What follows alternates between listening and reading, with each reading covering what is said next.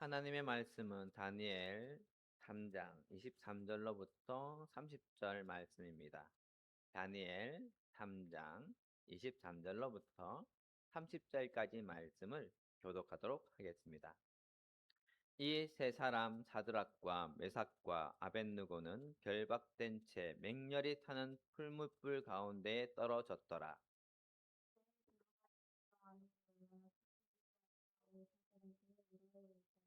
네가 대적하여 그 가운데 당신 자는 세 사람이 아니었느냐 하니 그들이 왕에게 대답하여 이르되 왕이여 올 수 있다 하더라. 왕이 또 말하여 이르되 내가 보니 결박되지 아니한 네 사람이 불 가운데로 다니는데 상하지도 아니하였고 그 넷째의 모양은 신들의 아들과 같도다 하고.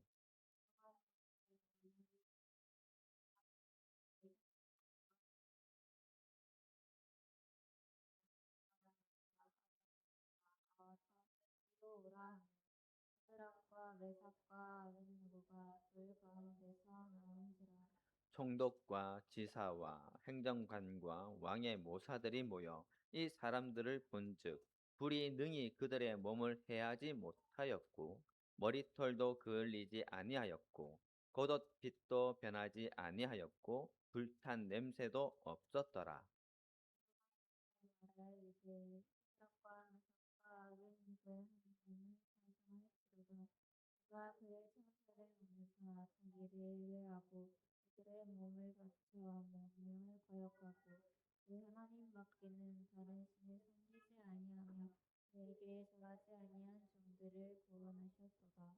그러므로 내가 이제 조서를 내리노니 각 백성과 각 나라와 각 언어를 말하는 자가 모두 사드락과 메삭과 아벳느고의 하나님께 경솔히 말하거든 그 몸을 쪼개고 그 집을 거름토로 삼을지니 이는 이같이 사람을 구원할 다른 신이 없음이니라 하더라. 왕이 드디어 사드락과 메삭과 아벳느고를 바벨론 지방에서 더욱 높이니라. 아멘. 오늘 말씀의 제목을 같이 한번 읽어보겠습니다. 소극적이지 않으시는 하나님. 한 번 더 크게 읽으시겠습니다. 소극적이지 않으시는 하나님. 얼마 전에 부산에 많은 비가 내렸었죠. 한 2, 3일 동안 비가 이렇게 많이 집중적으로 내렸었는데요. 그때 우리 집 베란다도 물이 이렇게 찼었어요. 물이 차가지고 하수구가 막혀가지고 물이 꽤 많이 찼었죠. 자다가 뭔가 이상해서 일어나서 보니까 거의 발목까지 물이 찬 거예요. 그래가지고 급하게 또 하수구를 정리해가지고 물을 이렇게 내리고 그 다음날도 또 비가 많이 와서 보니까 또 물이 또 찬 거예요. 그래서 일단 새벽에 거의 잠을 못 잤던 그런 기억들이 있습니다. 근데 그 비가 많이 왔던 날에 어느 우리 교회에 이제 방문한 목사님이 가정이 있었어요. 이런저런 얘기하다가 또 이제 집에 가는 시간이 되어져서 돌아가는데 그런 얘기를 하는 거예요. 가는 길에 명지 우리 지하차도가 있잖아요. 명지 지하차도가 혹시 물이 차서 못 들어가면 어떡하지라고 얘기를 하는 거예요. 왜 그러냐니까 왜냐면 지난 우리 2020년 혹시 기억날지 모르겠지만 부산 동구 초량 일동에 지하차도 침수 사건이 있었죠. 그때도 많은 또 몇몇의 사람들이 또 어, 숨진 사건이 있었고 2023년도에 오송 지하차도 침수 사건이 있었어요. 그러니까 그때 기억이 떠올랐기 때문이죠.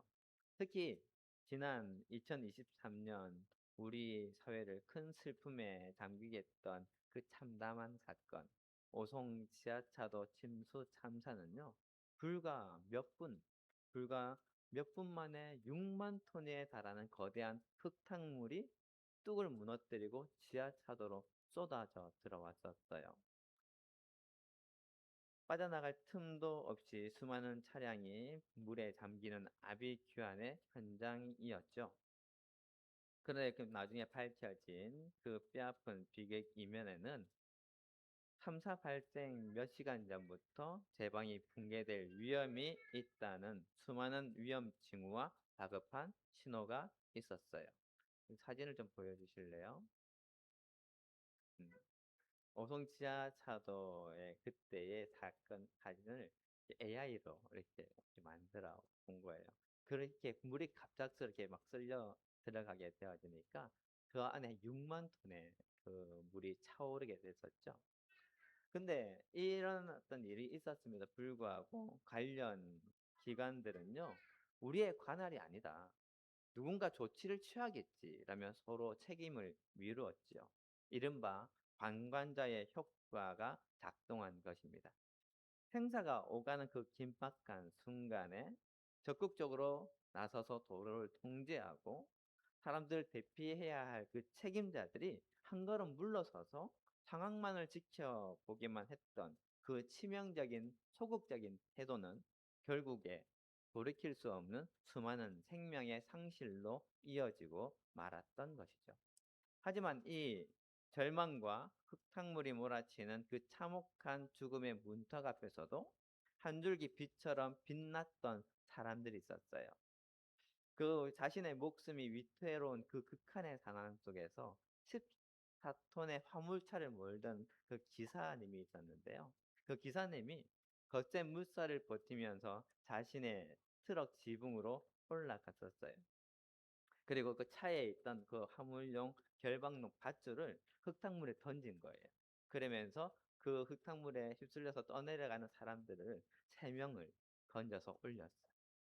또 그런 사람이 있는가 하면 거센 물살을 헤치고 들어가서 창문을 깨고 생명부지의 이웃을 구해낸 평범한 사람들도 있었죠. 그들은 뒷짐지고 혀를 차며 누군가 탓할 사람만 찾는 소극적인 방관자가 아니었습니다. 타인의 고통을 자신의 몸으로 기꺼이 받아들이고 생명을 건져낸 적극적인 구원자들이었죠. 소극적인 태도는 생명을 잃게 만들지만 맹렬하고 적극적인 개입은 죽어가는 생명을 살려냅니다. 이것은 비단 세상의 이치일 뿐만 아니라 영적인 세계에서도 동일하게 적용되는 가슴 뛰는 진리입니다. 그렇다면 오늘 우리의 신앙생활을 한번 뒤돌아 보아야 하겠지요. 과연 우리는 하나님을 어떤 분으로 알고 있는가입니다. 또 어떤 분으로 믿고 있는가이지요. 혹시 우리 하나님을 멀리 보좌에서 팔짱만 끼고 앉아 우리의 아픔과 고난을 그저 소극적으로 방관하시는 분으로 오해하고 있지는 않으십니까?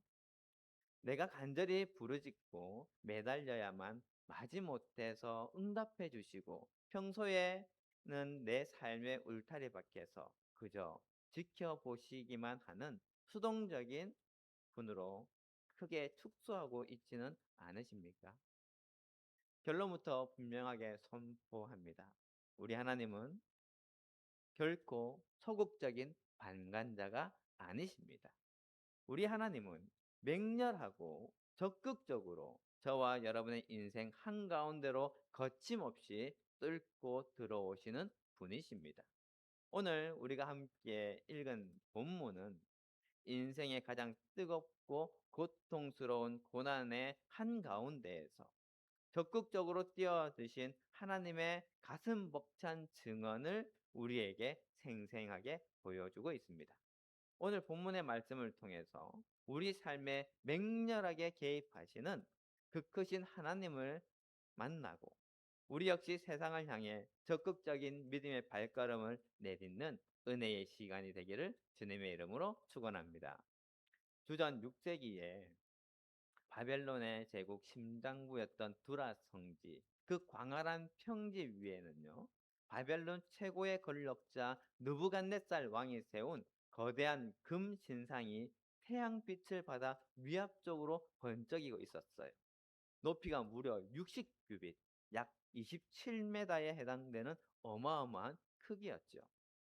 이 거대한 우상 앞에서 왕의 서슬퍼른 어명이 떨어집니다. 모든 악기 소리가 울려 퍼질 때에 누구든지 엎드려 절하지 않는 자는 그 즉시 맹렬히 타는 풀무불에 던져 넣을 것이다. 이윽고 나팔과 수금과 피리 등 모든 악기의 웅장한 소리가 두라 평지를 뒤덮었지요. 그 소리는 단순한 음악이 아니라 세상을 지배하는 제국의 거대한 폭력이자 압박이었습니다. 수만 명의 사람들이 죽음의 공포 앞에서 일제히 땅에 엎드렸어요. 하지만 그 거대한 군중 속에서 마치 꺾이지 않은 꼿꼿한 거목처럼 엎드리지 않고 서 있는 세 사람이 있었습니다. 바로 유다에서 포로로 끌려온 세 청년인 사드락과 메삭과 아벳느고였습니다.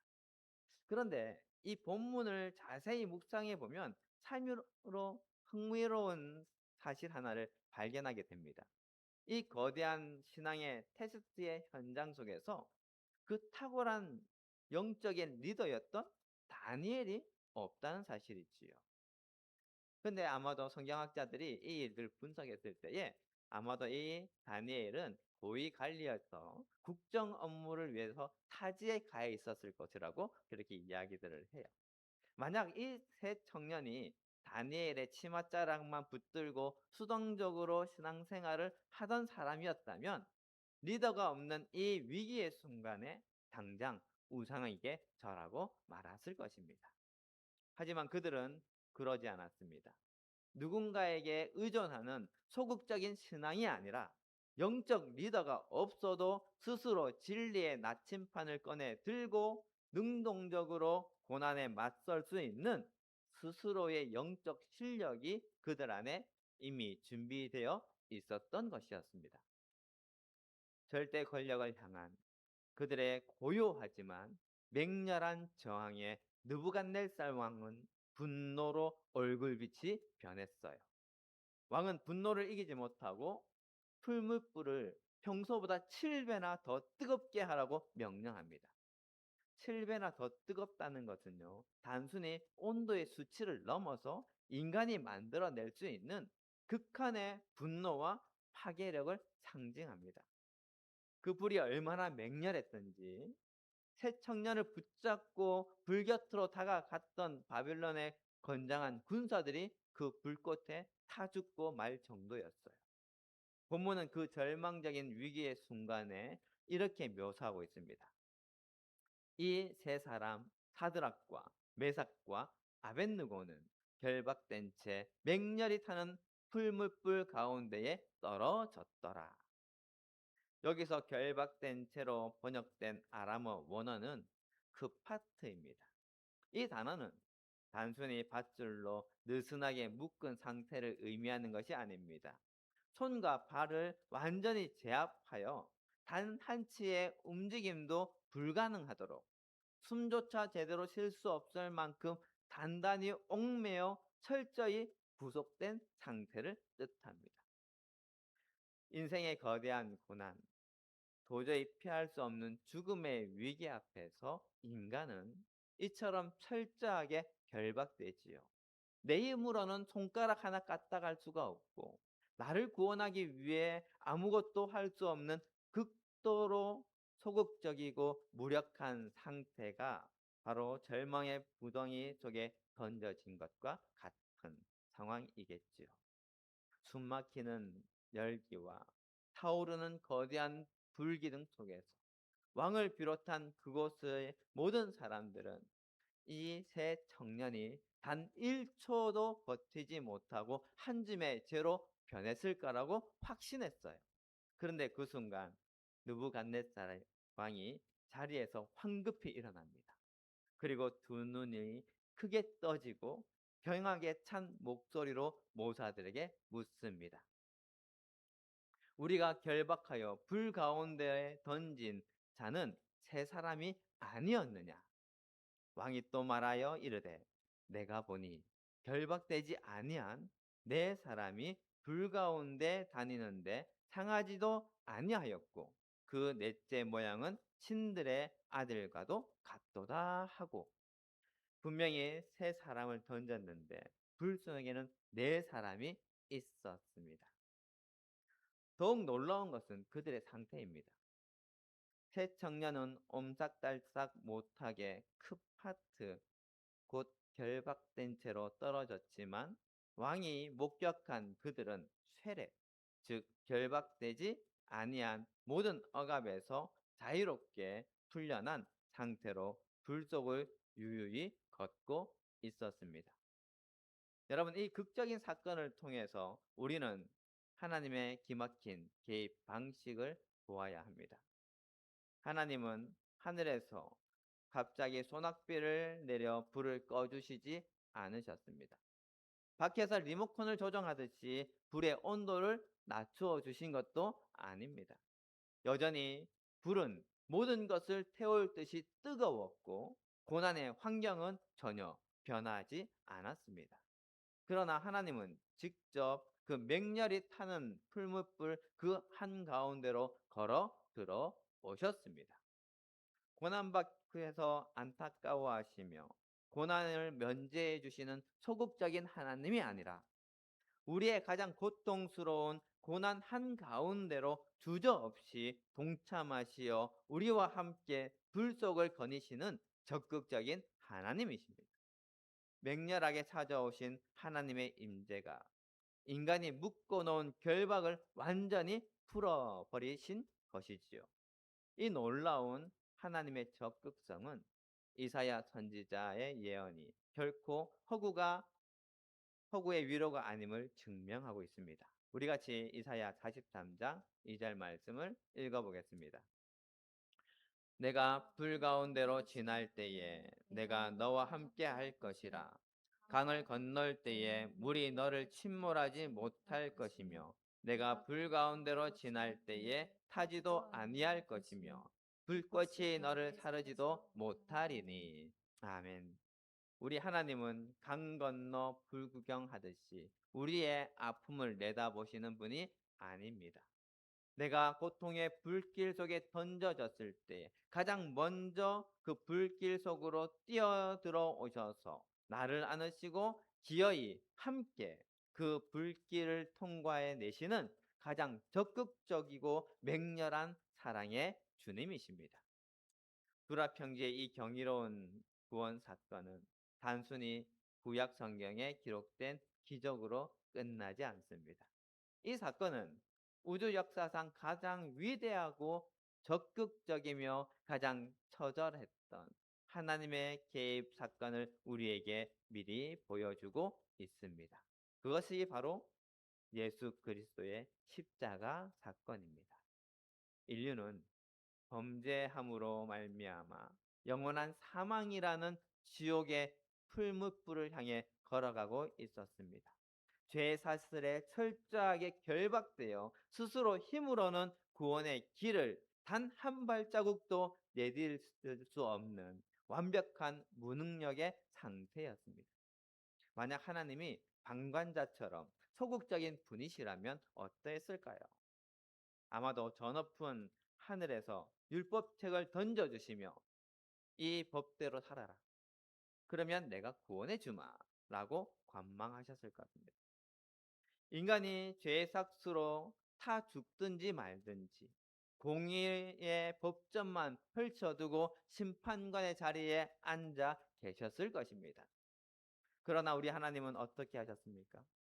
그분은 하늘의 영광을 버리시고 인간의 고통과 죽음이 들끓는 죄의 풀무불 속으로 직접 육신을 입고 뛰어 들어오셨습니다. 이것이 바로 성육신의 신비입니다. 그분은 세계적인 복음주의자 신학자 존 스토트는요, 그의 명저 그리스도의 십자가에서 십자가의 본질을 이렇게 통찰하고 있습니다. 십자가는 인간의 죄에 대한 하나님의 수동적인 인내가 아니다. 십자가는 죄악을 도말하고 인간을 구출해내기 위한 하나님의 거룩하고도 적극적인 대체다. 하나님은 구원의 책임을 연약한 우리에게 묻지 않으시고 스스로 그 무서운 책임을 짊어지기 위해 가장 적극적인 희생의 자리로 걸어 나오셨다. 그렇습니다. 예수님은 로마 군병들의 힘에 밀려서 십자가라는 운명에 수동적으로 끌려가신 것이 아닙니다. 겉으로는 채찍에 맞고 힘없이 못 박히시는 것처럼 보였으나 영적으로는 우리의 생명을 구원하기 위하여 사망 권세의 심장부를 향해 가장 맹렬하게 진격하신 주도적인 희생이었습니다. 예수님의 십자가는 어쩔 수 없는 당함이 아니라 우리를 향한 맹렬한 사랑이 만들어낸 위대한 선택이었습니다. 사도 바울은 이 적극적인 십자가의 사랑을 이렇게 선포합니다. 우리 같이 로마서 5장 8절 말씀을 읽어보겠습니다.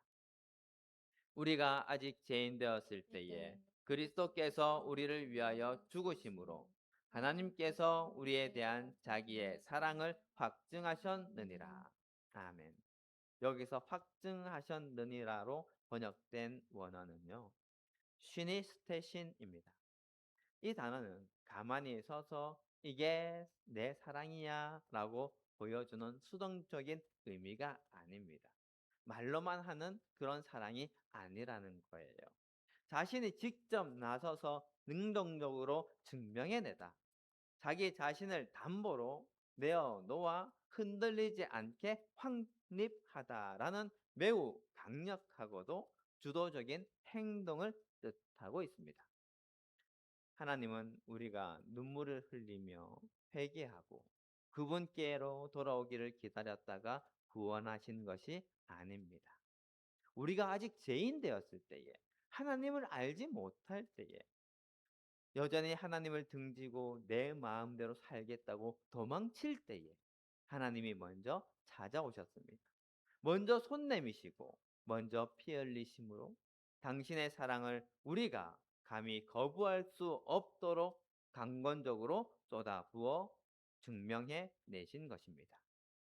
이토록 맹렬하고 적극적인 분이 바로 저와 여러분의 아버지 되시는 하나님이십니다. 그런데 우리가 믿는 하나님이 이토록 우리 인생에 맹렬하고 적극적으로 개입하시는 분이시라면 그분의 생명으로 거듭난 자녀들의 삶은 마땅히 어떠해야 할까요? 천국은 뒤로 물러서서 눈치만 보는 방관자의 것이 결코 아닙니다. 우리 같이 마태복음 11장 12절 말씀을 같이 읽어보겠습니다. 세례 요한의 때부터 지금까지 천국은 침노를 당하나니 침노하는 자는 빼앗느니라. 아멘. 여기서 침노하는 자란 가슴 속에 거룩한 열망을 품고 하나님의 나라를 향해 주도적이고 적극적으로 달려드는 믿음의 사람이라는 뜻입니다. 오늘 이 시간 우리를 위해 풀무불과 십자가에 뛰어드신 하나님의 그 적극적인 사랑을 가슴에 새기며 우리는 일상에서 실천해야 할 세 가지 구체적인 영적 결단을 해야 합니다. 첫 번째로 말씀이라는 영적 내비게이션을 켜고 매사의 방향을 진리로 재설정하십시오. 단순히 열정이 넘치고 다른 사람보다 앞장선다고 해서 그것이 무조건 좋은 적극성은 아닙니다. 방향이 틀린 적극성은 오히려 브레이크가 고장난 자동차처럼 공동체에 상처를 주고 자기 의를 내세우는 교만이 될 수가 있습니다. 우리가 헌신과 열심은 내 이름이나 세상적인 욕망이 아닌 철저하게 하나님의 나라와 의를 향해 있어야 합니다. 내 기분, 내 혈기, 내 경험이 나를 이끌게 내버려 두지 마십시오. 진리이신 하나님의 말씀만이 내 적극적인 삶의 방향을 잡아주는 유일한 나침반이 되어야 합니다. 사드락, 메삭, 아벳느고가 풀무불 앞에서도 한치의 흔들림 없이 굴복하지 않을 수 있었던 이유는 오직 하나님만 섬기라는 명확한 말씀의 기준이 그들의 영혼 깊은 곳에 닻을 내리고 있었기 때문입니다. 일상의 중요한 결정을 내리기 전, 혹은 누군가에게 강한 의견을 말하기 전, 단 3초만 멈추어 하나님께 물으십시오. 주님, 나의 이 말과 행동은 하나님 말씀에 부합하는 것일까요? 이렇게 말씀에 지배받는 거룩한 신중함과 순종을 향한 거침없는 적극성을 동시에 소유하시는 성도님들이 되시기를 바랍니다. 두 번째, 거창한 열심 이전에 내 삶의 작은 영역에서부터 순종의 훈련을 시작하십시오. 오랜 시간 굳어져 버린 소극적이고 방관적인 삶의 태도가 하루아침에 뒤집히기는 어렵습니다. 올림픽에 출전하는 선수가 기초 체력을 에서부터 시작하듯이 영적인 삶 역시 작은 결단과 순종이 쌓여 거룩한 근성을 형성합니다. 한 번의 거창한 헌신으로 모든 것을 바꾸려 하기보다 오늘 내게 주어진 평범한 일상과 관계 속에서 먼저 움직이는 훈련이 필요합니다. 우리가 서 있는 삶의 자리에서 먼저 움직여 보십시오. 교회에서 누군가 다가가기를 기다리지 말고 먼저 내가 다가가며 웃으며 손을 내밀어 보십시오. 직장이나 일터에서 어려워하는 동료를 보며 속으로 안타까워만 하지 말고 다가가 위로의 말을 건네며 그를 위하여 몰래 기도해 주십시오. 억울한 일을 당해 분노가 솟구칠 때에 감정에 휩쓸리는 대신 내가 먼저 용서의 무릎을 꿇어보십시오. 하나님의 나라를 향한 적극성은 화려한 무대 위에서만 빛나는 것이 아닙니다. 평범하고 남들이 알아주지 않는 일상 속에서 주님의 뜻을 구하며 묵묵히 걸어가는 치열하고 작은 순종의 걸음에서 완성된다는 사실을 기억하시기 바랍니다. 세 번째로 적극적인 말과 행동으로 세상을 살려낼 수 있는 영적 삶의 실력을 갖추십시오. 적극성은 단순히 목소리를 높이거나 의욕만 앞세우는 것이 아닙니다. 물에 빠진 사람을 보고 안타까워하는 마음에 뛰어든다 해도 본인에게 수영할 수 있는 실력이나 사람을 끌어올릴 수 있는 도구가 없다면 어떻게 되겠습니까? 자신도 위험에 빠질 뿐만 아니라 상대방을 살릴 수도 없습니다. 영적인 삶도 이와 같지요. 누군가를 돕고 세상을 변화시키는 적극적인 그리스도인이 되려면 그에 합당한 실력이 반드시 뒷받침되어야 합니다. 사드락과 메삭과 아벤느고가 바벨론의 최고의 권력자 앞에서도 그토록 담대하고 주도적으로 신앙을 고백할 수 있었던 이유가 무엇이었을까요? 그들은 그저 감정적인 포기로 덤빈 것이 아닙니다. 다니엘 1장을 보면 그들은 이미 왕의 진미를 거절하며 뜻을 정하여 영적인 순결을 지켜낸 영적 기도의 내공이 있었습니다. 동시에 바벨론의 모든 학문과 지혜에 능통하여 왕에게 인정받는 실력을 갖춘 자들이었습니다.